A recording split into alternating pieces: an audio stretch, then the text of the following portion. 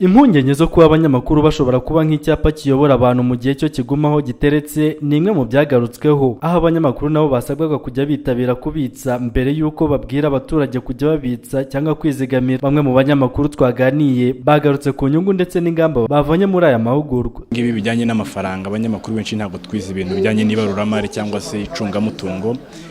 Iyo rero tubugize amahirwe tukabona amahugurwa nk'aya ngaya, aba ari ukutwongerera ubumenyi mu by'ukuri bunadufasha, atari twe twenyine ahubwo tubifasha n'ababandi duhereza amakuru. Abo duhereza amakuru nabo bakabasha kubona bwa bumenyi busobanutse, kuko iyo usobanura ibintu utazi birakuvanga ukavanga nawe abagukurikira. Byumvikana ko rero ubu ngubu noneho tugiye kuvangura ibintu, tuvangure neza n'abadukurikira muri rusange. Ikintu ubundi cyane cyane cyari kirimo aha ngaha ni uko harimo ubwoba bwo gushora amafaranga. Urabona niba ikigega nk'iki ngiki RNIT cyangwa Rwanda National Investment Right, ibintu ngibyo byo gushora imari, ariko noneho usanga abantu benshi bagitekereza yuko nibyo abantu bafite amamiliyoni. Ariko niba umugabane ushobora kugurwa ibihumbi 2 cyangwa se amafaranga 2,000, amafaranga make ushobora gufata ukarara uyaririye umunsi umwe, ikintu cy'ubwoba cyari mu bantu. Ubu ngiye nk'umunyamakuru kuba kimvuyemo nkabambashije no kuba nguze umugabane, birumvikana yuko none ngiye kugenda mbwire n'abandi baturage bankurikira batega amatwi amakuru ngenda mbaha ko nabo none bashobora kugera gutya bakagura imigabane ku mafaranga make yashoboka, hanyuma bakiteza imbere.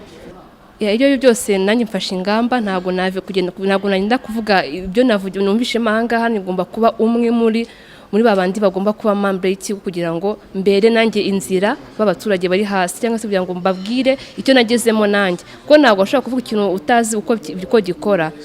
Nanjye ndabanza mbanze nshyiremo umutungo wanjye kugira ngo mashe kubona yanyungu kuko batubwiraga, kugira ngo mashe kuvuga ibyo niboneye nanjye neza. Usibye abanyamakuru n'abandi baturage barasabwa kwitabira kuzigama nk'uburyo bwiza bwo kugira ngo amafaranga abikwe kandi akomeze yinjiza inyungu, nk'uko umuyobozi w'iterambere Fund Gashugi André yabisobanuye. Ikigega ntawe giheza ku buryo n'umuntu ufite ibihumbi 2 ashobora gutangira kwizigamira. Rero kugira ngo umuntu ave mu bukene, icyambere agomba gukora, agomba kwiteza imbere, agomba gushora kugira ngo ibyo akora ashobore kubona inyungu. Rero kugira ngo tuve mu bukene, icyambere na mbere tugomba gukora ni ukutangira tukiga kwizigamira.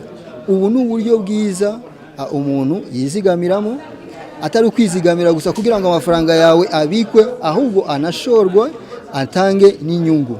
Hari igihe rimwe na rimwe abantu bajya bumva ngo u Rwanda rwateye imbere 5%, 7%, 8%. Nk'ubu ngubu turebye ubw'iki kigega, amafaranga abantu bashoyemo muri iki kigega ariho aratanga inyungu irenze 9% mu mwaka.